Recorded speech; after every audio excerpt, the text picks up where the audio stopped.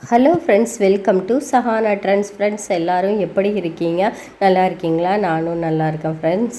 இன்றைக்கி கனவா மீன் க்ளீன் பண்ணது எப்படின்னு தான் பார்க்க போகிறோம். இந்த கனவா மீனை இப்படி எடுத்துக்கிட்டு இந்த தலையை பிடிச்சி நம்ம இப்படி இழுத்தோம்னா அந்த கனவா மீனில் உள்ள தலை அப்படியே அழகாக கலண்டு வந்துடும்.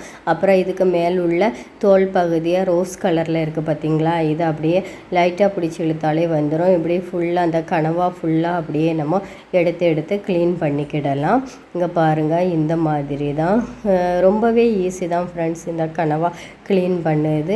இந்த கனவா அதுக்கப்புறக்கு இந்த முதுகில் உள்ள இப்படி பிளாஸ்டிக் மாதிரி ஒன்று இருக்கும், இதையும் இப்படி லைட்டாக ப்ரெஷ் பண்ணி விட்டாலே வந்துடும். சும்மா எடுத்தாலுமே அழகாக வந்துடும். அப்புறம் நம்மளுக்கு தேவையான ஷேப்புக்கு கட் பண்ணிவிட்டு அதில் உள்ள இருக்க டஸ்ட்டை எடுத்துக்கிடலாம். இது இன்னொரு மெத்தடும் நான் உங்களுக்கு சொல்லித்தரப்போகிறேன். அதுக்கு முன்னாடி இந்த கனவா தலையை நம்ம க்ளீன் பண்ணிக்கிடுவோம். இந்த கனவா தலையில் இப்படி கருப்பு மை மாதிரி இருக்கும், அது அப்படி கலங்காமல் எடுத்தோம்னா கருப்பு இருக்காது, இல்லைன்னா கருப்பு இருக்கும். அந்த கொண்டையில் ஒரு முள் மாதிரி இருக்கும் பார்த்திங்களா, அதே அமுக்கி எடுத்தோம்னா நல்லா கரெக்டாக வந்துடும் ஃப்ரெண்ட்ஸ்.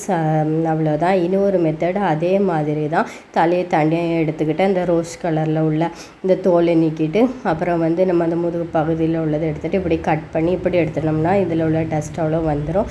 இப்போ நம்ம 3 தண்ணி நல்லா வாஷ் பண்ணி எடுத்துக்கிட்டோம்னா கனவா க்ளீனிங் ரெடி ஃப்ரெண்ட்ஸ். என்னோடய வீடியோ பிடிச்சிருந்தா லைக் பண்ணி ஷேர் பண்ணி சப்ஸ்கிரைப் பண்ணுங்கள் ஃப்ரெண்ட்ஸ். தேங்க்யூ ஃபார் வாட்சிங்.